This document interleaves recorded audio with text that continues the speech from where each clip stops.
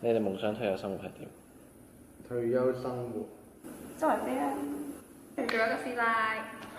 去法國煮嘢食。咁梗係咁啊，硬硬腳唔使做咁啊最好啊！開咖啡，環遊世界。你有冇錢啊？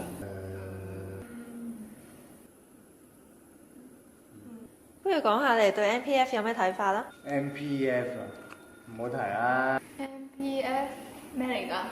強積金啊！無啦啦每個月唔知做乜冇幾嚿水咁樣，買件波衫都得幾嚿水。不過好似供強積金個心好似赤住咁。你做乜買波衫唔買 Academy 俾我？層樓有排供，個仔要供書教學，到第日老咗又有好多病痛。講真 ，MPF 自己一個都養唔起啦。有錢梗係買我會買樓㗎啦，先保值㗎嘛，識啲咩啊？如果佢40歲只開始儲嘅話，其實每個月供3900幾蚊，之後都會攞多翻270幾萬嘅喎。但係原來早啲供係會可以每個月俾少啲。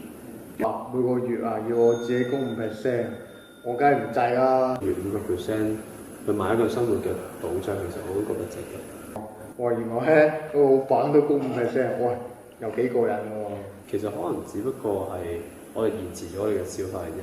你知我今次搭的士返工啦，先發現而家的士要22蚊。係而家咩都貴㗎啦。通咩脹啊！依家錢又識加價，嘢又越嚟越少。我嗰次食個魚柳包餐啊，2啖就咬晒啦。我以前細個起碼都3-4啖啦。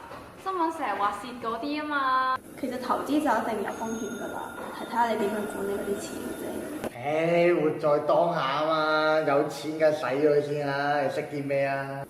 咁我哋要快啲開始計劃我哋個 MPF 理財係咯係咯，今晚睇多啲資料先。